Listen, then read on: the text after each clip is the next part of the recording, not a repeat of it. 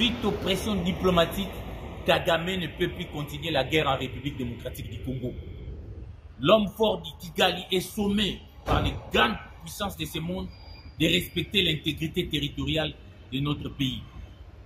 Face à cette pression, ses alliés à Kinshasa, qui pensaient à travers Kagame prendre le pouvoir à Kinshasa, sont de plus en plus désillusionnés. Joseph Kabila, qui a organisé l'attaque de Goma et de Bukavu, est aujourd'hui en difficulté pour réaliser son rêve de renverser Tshisekedi. Mais maintenant, il imagine un autre plan. Après l'ère réunion de l'Ouganda, qui a tourné à l'eau de boudin, Museveni a refusé que son pays sert de base arrière pour la prise de Kisangani. Kabila a un dernier plan que nous allons faire échec. Ces plans, nous l'avons déjà annoncé. C'était justement d'attaquer les Grands Katanga. Prendre les Grands Katanga pour obliger Tshisekedi à négocier avec eux en position de faiblesse.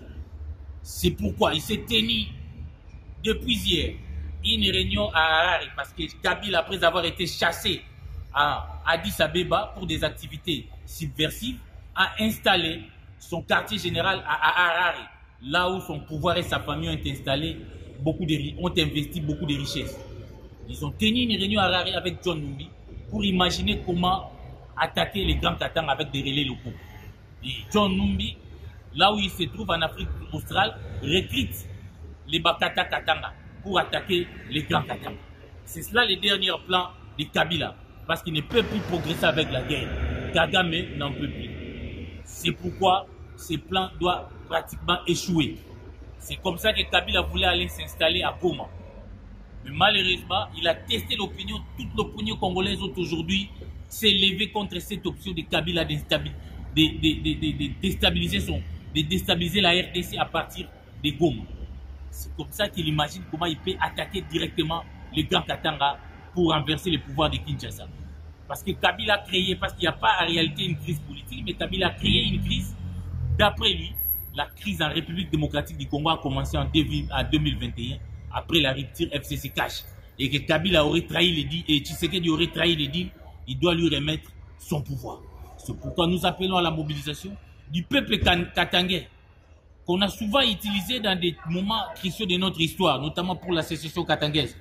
Évidemment aussi pour l'assassinat de Patrice Lumumba, Emery Lumumba. Cette fois-ci, les Katangais doivent dire non. Et Kabila a fait un peu la diversion.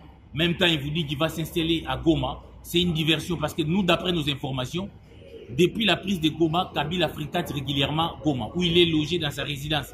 Sa résidence est aujourd'hui gardée par le M23. Kabila, c'est lui le parrain du M23. Ce n'est plus un secret.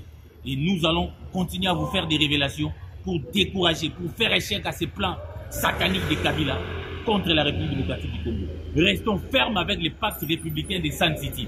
Refusons les pactes sociaux des évêques. Ces pactes ont été financés par Kabila et Kagame. Nous devons les réviser. Merci.